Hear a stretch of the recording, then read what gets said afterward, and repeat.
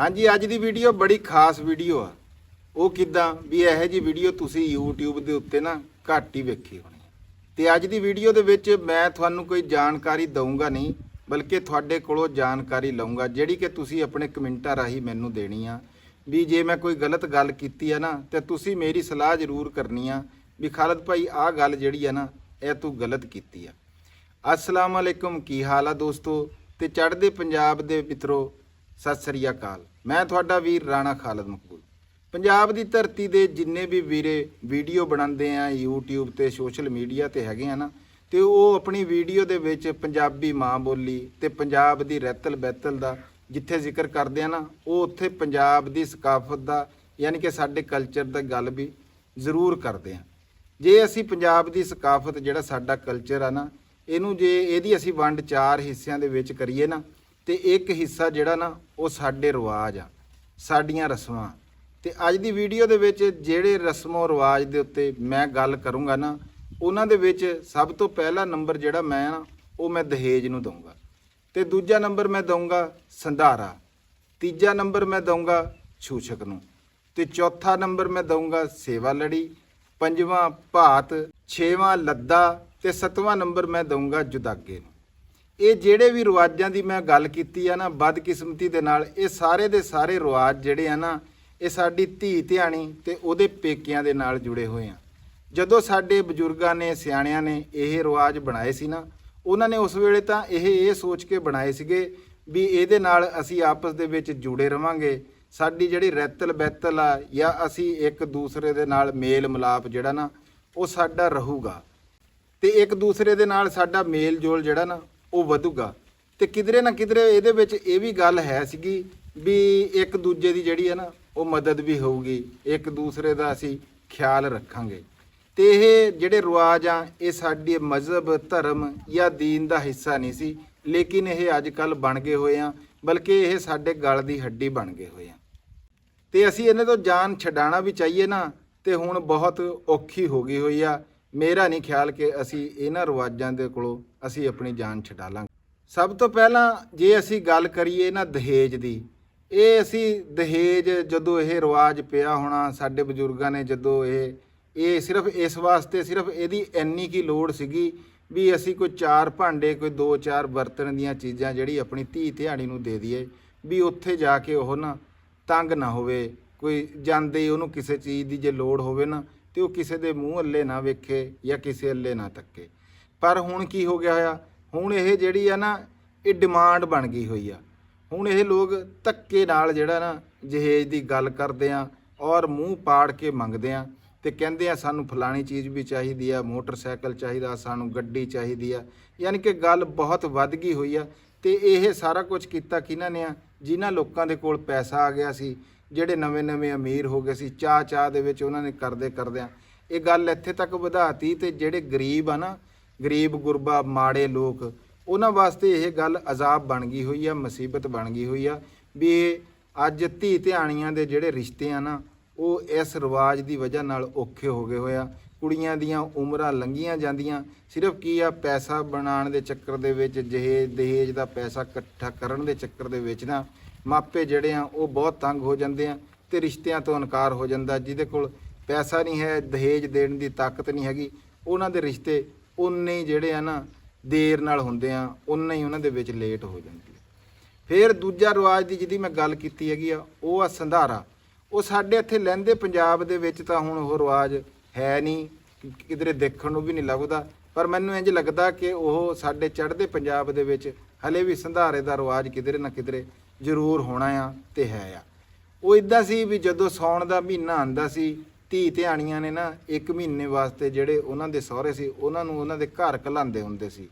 ਤੇ ਉਹਦੇ ਵਿੱਚ ਇੰਝ ਹੁੰਦਾ ਸੀ ਵੀ ਜਿਹੜਾ ਮਾਪਿਆਂ 'ਚੋਂ ਪੇ ਆ ਜਾਂ ਫਿਰ ਜਿਹੜਾ ਭਾਈ ਆ ਉਹ ਆਂਦਾ ਹੁੰਦਾ ਸੀ, ਉਹ ਕੀ ਕਰਦਾ ਹੁੰਦਾ ਸੀ, ਜ਼ਿਆਦਾ ਤੋਂ ਜ਼ਿਆਦਾ ਕੋਈ ਬਿਸਕਟ ਵਗੈਰਾ ਲੈ ਆਂਦੇ, ਇੱਦਾਂ ਦੀਆਂ ਚੀਜ਼ਾਂ ਲੈ ਆਂਦੀਆਂ ਤੇ ਲਿਆ ਕੇ ਉਹ ਜਨਾਬ ਜੀ ਉਹ ਆਪਣੀ ਭੈਣ ਨੂੰ ਜਾਂ ਜਿਹੜਾ ਜੇ ਪੇ ਆਂਦਾ ਸੀ ਧੀ ਨੂੰ ਉਹ ਲੈ ਜਾਂਦਾ ਸੀ। ਫਿਰ ਹੋਇਆ ਇੰਝ ਵੀ ਉਹਦੇ 'ਚ ਵੀ ਲੋਕਾਂ ਨੇ ਮੂੰਹ ਪਾੜ ਲਏ। ਉਹਦੇ 'ਚ ਲੋਕ ਕਹਿਣ ਲੱਗੇ ਵੀ ਸਾਨੂੰ ਇਹਦੇ 'ਚ ਵੀ ਮੋਟਰਸਾਈਕਲ ਚਾਹੀਦੇ ਆ, ਤੇਰਾ ਪੇ ਆ ਭਰਾ ਆਂਦਾ ਉਹ ਕੀ ਲੈ ਕੇ ਆਂਦਾ, ਕੱਲੇ ਬਿਸਕਟ ਮੂੰਹ ਚੱਕ ਕੇ ਲੈ ਕੇ ਆ ਜਾਂਦਾ ਆ। ਪਹਿਲਾਂ ਸੂਟਾਂ ਤੇ ਗੱਲ ਆਈ, ਹੌਲੀ ਹੌਲੀ ਸੂਟਾਂ ਤੋਂ ਵੱਧਦੀ ਗੱਲ ਜਿਹੜੀ ਆ ਉਹ ਬੜੀ ਦੂਰ ਨਿਕਲ ਗਈ ਤੇ ਉਹ ਵੀ ਜਿਹੜਾ ਨਿਭਾਉਣਾ ਉਹ ਬਹੁਤ ਔਖਾ ਹੋ ਗਿਆ। ਉਹਦੇ 'ਚ ਵੀ ਧੀ ਧਿਆਣੀਆਂ ਜਿਹੜੀਆਂ ਉਹ ਬਹੁਤ ਤੰਗ ਹੋਈਆਂ। ਤੇ ਜਿਹੜਾ ਸਾਡੀ ਧਰਤੀ ਦਾ ਪੰਜਾਬ ਦੀ ਸਕਾਫਤ ਦਾ ਤੀਜਾ ਰਿਵਾਜ ਆ ਉਹ ਹੈਗਾ ਆ ਜਨਾਬ ਜੀ ਛੂਛਕ। ਹੁਣ ਜੇ ਤੁਸੀਂ ਛੂਛਕ ਦੀ ਗੱਲ ਕਰੋ, ਹੁਣ ਅਗਰ ਧੀ ਧਿਆਣੀ ਦੇ ਘਰ ਕੋਈ ਬੱਚਾ ਨਿਆਣਾ ਹੁੰਦਾ ਆ, ਧੀ ਹੋਵੇ ਜਾਂ ਮੁੰਡਾ ਹੋਵੇ, ਤੇ ਉਹਦੇ ਵਾਸਤੇ ਫਿਰ ਉਹ ਵੀ ਜ਼ਰੂਰੀ ਆ ਕਿ ਜਿਹੜਾ ਜਨਾਬ ਜੀ ਜਿਹੜੇ ਪੇਕੇ ਆ ਨਾਨਕੇ ਆ ਜਿਹੜੇ ਉਹ ਛੂਛਕ ਲੈ ਕੇ ਆਉਣ। ਛੂਛਕ ਦੇ ਵਿੱਚ ਵੀ ਪਹਿਲਾਂ ਕੋਈ ਖੇਡ ਖਿਡੌਣਿਆਂ ਦੀਆਂ ਚੀਜ਼ਾਂ ਜਿਹੜੀਆਂ ਉਹ ਮਾਪੇ ਲੈ ਕੇ ਚਲ ਜਾਂਦੇ ਸੀ, ਗੁਜ਼ਾਰਾ ਹੋ ਜਾਂਦਾ ਸੀ। ਪਰ ਫਿਰ ਬਾਅਦ ਦੇ ਵਿੱਚ ਕੀ ਹੋਇਆ, ਉਹਦੇ 'ਚ ਵੀ ਡਿਮਾਂਡਾਂ ਆ ਗਈਆਂ। ਉਹਦੇ 'ਚ ਵੀ ਲੋਕ ਕਹਿਣ ਲੱਗ ਗਏ ਵੀ ਫਲਾਣੀ ਜਿਹੜੀ ਭਰਜਾਈ ਆ ਉਹਦੇ ਪੇਕੇ ਤਾਂ ਫਲਾਣੀ ਸ਼ੈ ਲੈ ਕੇ ਆਏ ਸੀ, ਜੇ ਕੁੜੀ ਹੋਈ ਆ ਤਾਂ ਉਹ ਕੰਨਾਂ ਦੇ ਲੈ ਕੇ ਆਏ ਸੀ, ਨੱਕ ਦੇ ਲੈ ਕੇ ਆਏ ਸੀ, ਸੋਨੇ ਦੀ ਫਲਾਣੀ ਸ਼ੈ ਲੈ ਕੇ ਆਏ ਸੀ। ਜੇ ਮੁੰਡਾ ਹੋਇਆ ਤੇ ਉਹਦੇ ਵਾਸਤੇ ਜਨਾਬ ਪੈਰਾਂ ਦੇ ਆ ਪੌਂਟੇ ਸੋਨੇ ਦੇ ਤੇ ਫਲਾਣੀਆਂ ਛਾਵਾਂ ਟਮਕਾਣੀਆਂ। ਉਹਦੇ 'ਚ ਵੀ ਬੜਾ ਵਾਧਾ ਹੋ ਗਿਆ। ਉਹ ਵੀ ਜਿਹੜੇ ਪੇਕੇ ਆ ਉਹ ਵੀ ਇਸ ਗੱਲ ਦੇ ਵਿੱਚ ਜਿਹੜੇ ਆ ਉਹ ਪਰੇਸ਼ਾਨ ਰਹਿੰਦੇ ਆ ਵੀ ਯਾਰ ਇਹ ਹੁਣ ਅਸੀਂ ਜਦੋਂ ਕੋਈ ਬਾਲਕ ਪੈਦਾ ਹੁੰਦਾ ਆ ਜਾਂ ਕੋਈ ਉਹਨਾਂ ਵਾਸਤੇ ਉਹ ਵੀ ਤੰਗੇ ਦਾ ਸਬਬ ਬਣ ਜਾਂਦੇ ਆ। ਉਸ ਤੋਂ ਬਾਅਦ ਜਿਹੜਾ ਸਾਡਾ ਚੌਥਾ ਉਹ ਹੈਗਾ ਆ ਸੇਵਾ ਲੜੀ। ਸੇਵਾ ਲੜੀ ਇਹ ਆ ਵੀ ਜਦੋਂ ਕੁੜੀ ਦਾ ਜਿਹੜਾ ਅੱਗੇ ਜਦੋਂ ਉਹ ਮੁੰਡਾ ਜਵਾਨ ਹੋ ਜਾਂਦਾ ਤੇ ਫਿਰ ਜਿਹੜੇ ਮਾਮੇ ਆ ਉਹ ਆਉਂਦੇ ਆ ਤੇ ਉਹ ਮਾਂ ਜਿਹੜੀ ਉਹਨਾਂ ਦੀ ਭੈਣ ਆ ਉਹਨਾਂ ਦੀ ਸੇਵਾ ਲੜੀ ਕਰਦੀ ਆ।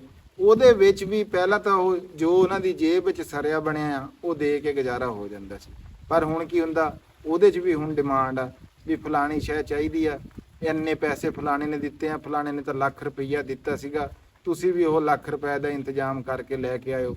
ਤੇ ਉਹ ਵੀ ਪੇਕੇ ਜਦੋਂ ਅੱਗੇ ਆਪਣੀ ਭੈਣ ਦੇ ਕਿਸੇ ਮੁੰਡੇ ਦਾ ਵਿਆਹ ਹੁੰਦਾ ਨਾ ਤੇ ਉਹ ਉਹਨਾਂ ਵਾਸਤੇ ਉਹ ਵੀ ਪਰੇਸ਼ਾਨੀ ਬਣ ਜਾਂਦੀ ਆ ਵੀ ਹੁਣ ਅਸੀਂ ਦੱਸੋ ਕੀ ਕਰੀਏ।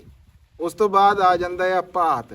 ਭਾਤ ਹੁੰਦਾ ਜੇ ਧੀ ਦਾ ਵਿਆਹ ਹੋਵੇ, ਜੇ ਧੀ ਧਿਆਣੀ ਦੇ ਅੱਗੇ ਧੀ ਦਾ ਵਿਆਹ ਹੋਵੇ ਨਾ ਉੱਥੇ ਵੀ ਪੇਕਿਆਂ ਨੂੰ ਜਾ ਕੇ ਫਿਰ ਭਾਤ ਭਰਨਾ ਪੈਂਦਾ। ਉਹ ਭਾਤ ਦੇ ਵਿੱਚ ਵੀ ਸੋਨਾ, ਕੱਪੜੇ, ਹੋਰ ਬਹੁਤ ਸਾਰੀਆਂ ਚੀਜ਼ਾਂ ਇੱਦਾਂ ਹੀ ਜਿੱਦਾਂ ਮੁੰਡੇ ਵਾਸਤੇ ਲੈ ਕੇ ਜਾਣੀਆਂ ਪੈਂਦੀਆਂ ਇੱਦਾਂ ਹੀ ਉਹ ਜਿਹੜੀਆਂ ਆ ਉਹ ਕੁੜੀ ਵਾਸਤੇ ਲੈ ਕੇ ਜਾਣੀ ਪੈਂਦੀਆਂ, ਧੀ ਧਿਆਣੀ ਵਾਸਤੇ ਲੈ ਕੇ ਜਾਣੀਆਂ ਪੈਂਦੀਆਂ। ਉਹਦੇ 'ਚ ਵੀ ਮਾਪਿਆਂ ਦਾ ਇਹੀ ਹਾਲ ਆ। ਫਿਰ ਉਸ ਤੋਂ ਬਾਅਦ ਇੱਥੇ ਗੱਲ ਮੁੱਕ ਨਹੀਂ ਜਾਂਦੀ ਤੇ ਸਾਡਾ ਜਿਹੜਾ 6ਵਾਂ ਰਿਵਾਜ ਆ ਇਹਨਾਂ ਗੱਲਾਂ ਤੇ ਗੱਲ ਮੁੱਕ ਨਹੀਂ ਜਾਂਦੀ। 6ਵਾਂ ਜਿਹੜਾ ਸਾਡੇ ਪੰਜਾਬ ਦੀ ਸਕਾਫਤ ਦਾ ਰਿਵਾਜ ਆ ਉਹਨੂੰ ਕਹਿੰਦੇ ਆ ਲੱਦਾ। ਹੁਣ ਜੇ ਉਹ ਧੀ ਧਿਆਣੀ ਜਿਹੜੀ ਆ ਉਹਦਾ ਸਹੁਰਾ ਜਾਂ ਸੱਸ ਉਹ ਦੁਨੀਆ ਤੋਂ ਪੂਰੇ ਹੋ ਜਾਣ, ਟੁਰ ਜਾਣ ਤੇ ਫਿਰ ਜਨਾਬ ਜੀ ਪਿੱਛੋਂ ਪੇਕਿਆਂ ਨੂੰ ਲੈ ਕੇ ਆਉਣਾ ਪੈਂਦਾ ਆ ਲੱਦਾ। ਉਹਦੇ ਵਿੱਚ ਵੀ ਪਹਿਲਾਂ ਤਾਂ ਇੰਝ ਹੀ ਉਹ ਜਿੱਦਾਂ ਮੈਂ ਤੁਹਾਨੂੰ ਕਿਹਾ ਕਿ ਇਹ ਰਿਵਾਜ ਬਣੇ ਤਾਂ ਇਸ ਵਾਸਤੇ ਸੀਗੇ ਕਿ ਇੱਕ ਦੂਜੇ ਨਾਲ ਚਲੋ ਮੇਲ ਮਿਲਾਪ ਬਣਿਆ ਰਵੇ, ਇੱਕ ਦੂਸਰੇ ਨਾਲ ਲੋਕ ਜੁੜੇ ਰਹਿਣ। ਲੇਕਿਨ ਇਹਦੇ ਵਿੱਚ ਫਿਰ ਪੈਸਾ ਆ ਗਿਆ। ਇਹਦੇ ਵਿੱਚ ਅਮੀਰ ਲੋਕ ਸ਼ਾਮਲ ਹੋ ਗਏ ਜਿਨ੍ਹਾਂ ਦੇ ਕੋਲ ਪੈਸਾ ਸੀ, ਉਹਨਾਂ ਨੇ ਇੱਦਾਂ ਦੇਣਾ ਸ਼ੁਰੂ ਕਰਤਾ ਤੇ ਮਾੜੇ ਬੰਦੇ ਦੇ ਹਾਲਾਤ ਜਿਹੜੇ ਆ ਉਹ ਇਸ ਗੱਲ ਨੂੰ ਪੂਰਾ ਹੀ ਨਹੀਂ ਕਰ ਸਕਦੇ ਹੈ। ਜਿਹੜਾ ਇਹ ਹਿਸਾਬ ਕਿਤਾਬ ਆ ਇੰਨਾ ਪੈਸਾ ਬੰਦਾ ਕਿੱਥੋਂ ਲੈ ਕੇ ਆਵੇ। ਸਾਰਾ ਸਾਲ ਪੇਕੇ ਇਸੇ ਗੱਲ ਦੇ ਵਿੱਚ ਲੱਗੇ ਰਹਿੰਦੇ ਆ, ਕੋਈ ਨਾ ਕੋਈ ਇਹੋ ਜਿਹਾ ਨਿਜ਼ਾਮ ਧੀ ਧਿਆਣੀ ਵੱਲੋਂ ਬਣਦਾ ਵੀ ਉਹਨਾਂ ਨੂੰ ਉਹ ਇੰਤਜ਼ਾਮ ਕਰਨਾ ਪੈਂਦਾ। ਇਹ ਲੱਦਾ ਜਿਹੜਾ ਆ ਜੀ ਜਦੋਂ ਸਹੁਰਾ ਜਾਂ ਸੱਸ ਜਦੋਂ ਫੌਤ ਹੋ ਜਾਵੇ ਤਾਂ ਫਿਰ ਪੇਕੇ ਇਹਦੇ 'ਚ ਵੀ ਡਿਮਾਂਡ ਆ ਹੁਣ ਵੀ ਉਹ ਧੀ ਨੇ ਕਹਿਣਾ ਜਿਹੜੀ ਉਹਦੇ ਨਾਲ ਉੱਥੇ ਘਰ ਦੇ ਵਿੱਚ ਹੁੰਦੀ ਆ ਦਰਾਣੀ ਆ ਜਠਾਣੀ ਜਿਹੋ ਜਿਹਾ ਉਹ ਲੈ ਕੇ ਆਉਂਦੇ ਆ ਉਹੋ ਜਿਹੇ ਉਹ ਡਿਮਾਂਡ ਉਹਨਾਂ ਦੇ ਵੀ ਬਰਾਬਰ ਦੀ ਪੇਕਿਆਂ ਨੂੰ ਦੱਸ ਦਿੰਦੀ ਆ ਵੀ ਉਹ ਤਾਂ ਕੰਨਾਂ ਦੇ ਵੀ ਲੈ ਕੇ ਆਏ ਸੀ, ਉਹ ਕੱਪੜੇ ਵੀ ਲੈ ਕੇ ਆਏ ਸੀ, ਉਹ ਫਲਾਣਾ ਵੀ ਤੇ ਟਮਕਾਣਾ ਵੀ, ਪਤਾ ਨਹੀਂ ਕੀ ਫਰਮਾਇਸ਼ਾਂ ਇੰਨੀਆਂ ਵੀ ਬੰਦਾ ਜਿਹੜਾ ਆ ਲਿਖਦਾ ਥੱਕ ਜਾਵੇ। ਫਿਰ ਉਸ ਤੋਂ ਬਾਅਦ ਉਹ ਨਿਜ਼ਾਮ ਉੱਥੇ ਵੀ ਪੇਕੇ ਜਿਹੜੇ ਆ ਉਹ ਔਖੇ ਹੈਗੇ ਆ। ਉਸ ਤੋਂ ਬਾਅਦ ਇੱਕ ਹੋਰ ਤੁਹਾਨੂੰ ਮੈਂ ਦੱਸਾਂ, ਇੱਕ ਹੋਰ ਸਾਡਾ ਇੱਕ ਇਹੋ ਜਿਹਾ ਰਿਵਾਜ ਹੈਗਾ ਆ ਵੀ ਜਿਹਦਾ ਕੋਈ ਲੈਣਾ ਦੇਣਾ ਵੀ ਯਾਰ ਕੋਈ ਨਹੀਂ, ਪਹਿਲਾਂ ਵੀ ਇੱਕ ਜਿਹੜਾ ਦਹੇਜ ਆ ਉਹ ਦਿਆ ਹੋਇਆ ਹੁੰਦਾ ਆ ਪੇਕਿਆਂ ਨੇ, ਇੰਨੇ ਖਰਚੇ ਆ ਜਿਹੜੇ ਇੰਨੇ ਰਿਵਾਜ ਉਹ ਭੁਗਤ ਰਹੇ ਹੁੰਦੇ ਆ। ਫਿਰ ਹੈਗਾ ਆ ਸਾਡੇ ਇੱਕ ਜੁਦਾਗਾ। ਜੁਦਾਗੇ ਦਾ ਦੱਸੋ ਵੀ ਪੇਕਿਆਂ ਨਾਲ ਕੋਈ ਰੌਲਾ ਨਹੀਂ ਹੁੰਦਾ, ਘਰ ਦੇ ਵਿੱਚ ਕੋਈ ਲੜਾਈ ਪੜ੍ਹਾਈ ਹੋ ਗਈ, ਕੋਈ ਗੱਲ ਹੋ ਗਈ, ਵੱਖਰੇ ਹੋ ਗਏ। ਜਦੋਂ ਉਹਨਾਂ ਨੇ ਵੱਖਰੇ ਹੋਣਾ ਉਹ ਪੇਕੇ ਜਨਾਬ ਜੀ ਪਿੱਛੋਂ ਫਿਰ ਜੁਦਾਗਾ ਲੈ ਕੇ ਆ ਜਾਣ ਵੀ ਜੁਦਾਗਾ ਲੈ ਕੇ ਆਓ ਜੀ ਅਸੀਂ ਜੁਦੇ ਹੋ ਗਏ ਆ। ਉਹਨਾਂ ਵਾਸਤੇ ਫਿਰ ਜਨਾਬ ਜੀ ਉਹੀ ਫਿਰ ਚੁੱਲ੍ਹਾ ਤੇ ਚਿਮਟਾ ਤੇ ਉਹ ਸਾਰਾ ਨਿਜ਼ਾਮ, ਖਾਣ ਪੀਣ ਦਾ ਸਮਾਨ ਤੇ ਹੋਰ ਜੋ ਤਾਕਤ ਹੋਵੇ ਉਹ ਵੀ ਲੈ ਕੇ ਭਾਈ ਜੀ ਉਹ ਪਹੁੰਚਣਾ ਹੈਗਾ। ਗੱਲ ਇਹ ਹੈਗੀ ਆ, ਮੈਂ ਇਹ ਗੱਲ ਕਰੂੰਗਾ ਠੀਕ ਆ ਇਹ ਰਿਵਾਜ ਬਣੇ ਸੀਗੇ, ਇਹ ਸਾਡੀ ਸਕਾਫਤ ਦਾ ਹਿੱਸਾ ਬਣ ਗਏ ਇਹ, ਪਰ ਗੱਲ ਇਹ ਹੈਗੀ ਆ ਇਹਦੇ 'ਚ ਸਾਨੂੰ ਇਹ ਦੇਖਣਾ ਤਾਂ ਚਾਹੀਦਾ ਅੱਜ ਦੇ ਇਸ ਦੌਰ ਦੇ ਵਿੱਚ, ਪੜ੍ਹੇ ਲਿਖੇ ਦੌਰ ਦੇ ਵਿੱਚ ਸਾਨੂੰ ਇਹ ਗੱਲ ਸਮਝਣ ਦੀ ਬਹੁਤ ਜ਼ਰੂਰਤ ਆ ਵੀ ਯਾਰ ਇਹ ਚੀਜ਼ਾਂ ਜਿਹੜੀਆਂ ਇਹ ਸਾਨੂੰ ਘਟਾਉਣੀਆਂ ਚਾਹੀਦੀਆਂ। ਜਿੱਦਾਂ ਅਸੀਂ ਹੁਣ ਪਿਛਲੇ ਆਪਣੇ ਪਿਛੋਕੜ ਨਾਲ ਪਿਆਰ ਕਰਦੇ ਹਾਂ, ਅਸੀਂ ਪਿਛਲੀ ਸਕਾਫਤ ਦੀਆਂ ਗੱਲਾਂ ਕਰਦੇ ਹਾਂ ਵੱਧ ਕੇ, ਵੀ ਗੱਲ ਛੱਡ ਦਿਓ। ਸਾਨੂੰ ਇਹ ਵੀ ਤਾਂ ਦੱਸਣਾ ਚਾਹੀਦਾ ਵੀ ਯਾਰ ਇਹ ਪਹਿਲੇ ਇਹ ਇੰਜ ਨਹੀਂ ਸੀਗਾ ਕਿ ਲੋਕ ਇੰਜ ਗੱਡੀਆਂ ਭਰ ਕੇ ਇਹਨਾਂ ਰਿਵਾਜਾਂ ਦੇ ਉੱਤੇ ਲੈ ਕੇ ਆਉਂਦੇ ਸੀਗੇ। ਅਸੀਂ ਤਾਂ ਇਹਨਾਂ ਨੂੰ ਆਪਣੇ ਵਾਸਤੇ ਮੁਸੀਬਤ ਬਣਾ ਲਿਆ, ਇਹ ਅਸੀਂ ਛੱਡ ਵੀ ਨਹੀਂ ਸਕਦੇ। ਇਹ ਹਿੱਸਾ ਨਹੀਂ ਸੀ ਦੀਨ ਦਾ, ਧਰਮ ਦਾ, ਮਜ਼ਹਬ ਦਾ, ਲੇਕਿਨ ਇਹ ਅਸੀਂ ਆਪਣੇ ਉੱਤੇ ਫਰਜ਼ ਕਰ ਲਏ ਹੋਏ ਆ ਵੀ ਇਹ ਤਾਂ ਦੀਨ ਨਾਲੋਂ ਵੀ ਜ਼ਰੂਰੀ ਹੋ ਗਏ। ਹੁਣ ਇਹ ਨਾ ਕਰੀਏ ਤਾਂ ਸਾਡੀ ਨੱਕ ਕੱਟਦੀ ਆ, ਸਾਡਾ ਤਾਂ ਜਨਾਬ ਜੀ ਇਹ ਹੁੰਦਾ ਫਲਾਣਾ ਹੁੰਦਾ। ਇਸ ਵਾਸਤੇ ਮੈਂ ਇਹ ਕਹੂੰਗਾ ਵੀ ਸਾਡੇ ਪੰਜਾਬੀ ਬੋਲਣ ਵਾਲੇ, ਪੰਜਾਬੀ ਦਾ ਪ੍ਰਚਾਰ ਤੇ ਸਾਡੀ ਪੰਜਾਬ ਦੀ ਰਹਿਤਲ ਬਹਿਤਲ ਸਕਾਫਤ ਦੀ ਗੱਲ ਕਰਨ ਵਾਲਿਆਂ ਵੱਡੇ ਯੂਟਿਊਬਰਾਂ ਨੂੰ, ਸਟਾਰਾਂ ਨੂੰ ਮੈਂ ਇਹ ਗੱਲ ਕਰੂੰਗਾ ਵੀ ਸਾਨੂੰ ਇਸ ਗੱਲ ਤੇ ਵੀ ਤਾਂ ਅਸੀਂ ਕਿਸਾਨਾਂ ਦੀ ਗੱਲ ਕਰਦੇ ਹਾਂ, ਇੱਧਰ ਦੀ ਗੱਲ ਕਰਦੇ ਹਾਂ, ਇੱਧਰ ਦੀ ਆ ਜਿਹੜਾ ਸਾਰਾ ਸਾਲ ਦਾ ਚੱਕਰ ਆ ਇਹਦੇ ਉੱਤੇ ਵੀ ਤਾਂ ਸਾਨੂੰ ਗੱਲ ਕਰਨੀ ਚਾਹੀਦੀ ਹੈ। ਆਪਣੇ ਵੀਰਾਂ ਨੂੰ, ਆਪਣੇ ਸਾਡੇ ਘਰ ਨੂੰ ਸਾਨੂੰ ਇਹ ਗੱਲਾਂ ਦੱਸਣੀਆਂ ਚਾਹੀਦੀਆਂ ਤੇ ਸਾਨੂੰ ਵਾਪਸ ਉੱਥੇ ਹੀ ਮੁੜਨਾ ਚਾਹੀਦਾ ਵੀ ਯਾਰ ਜੋ ਸਰਿਆ ਬਣਿਆ ਚਲੋ ਠੀਕ ਆ, ਰਿਵਾਜ ਇਹ ਹੈਗੇ ਆ, ਉਹਨੇ ਇੱਕ ਬੰਦਾ ਦੇ ਲਵੇ। ਇਹ ਸੀ ਕਿ ਮੇਰੀ ਅੱਜ ਦੀ ਛੋਟੀ ਜਿਹੀ ਵੀਡੀਓ। ਜੇ ਮੈਂ ਇਹਦੇ ਵਿੱਚ ਕੋਈ ਗਲਤ ਗੱਲ ਕੀਤੀ ਆ ਜਾਂ ਕੋਈ ਭਰਾਵਾਂ ਨੂੰ ਮੇਰੀ ਗੱਲ ਚੰਗੀ ਨਾ ਲੱਗੀ ਹੋਵੇ ਤੇ ਮੈਨੂੰ ਉਹ ਕਮੈਂਟਾਂ ਰਾਹੀਂ ਜ਼ਰੂਰ ਦੱਸਿਓ ਤੇ ਮੇਰੀ ਸਲਾਹ ਜ਼ਰੂਰ ਕਰਿਓ। ਤੇ ਇੰਝ ਹੀ ਮੇਰੇ ਨਾਲ ਪਿਆਰ ਜਿਹੜਾ ਆਪਣਾ ਉਹ ਵਧਾਈ ਰੱਖੋ। ਲਵ ਯੂ ਹੋ ਗਿਆ ਸਾਰੇ ਵੀਰਾਂ ਨਾਲ। ਰੱਬ ਰਾਖਾ।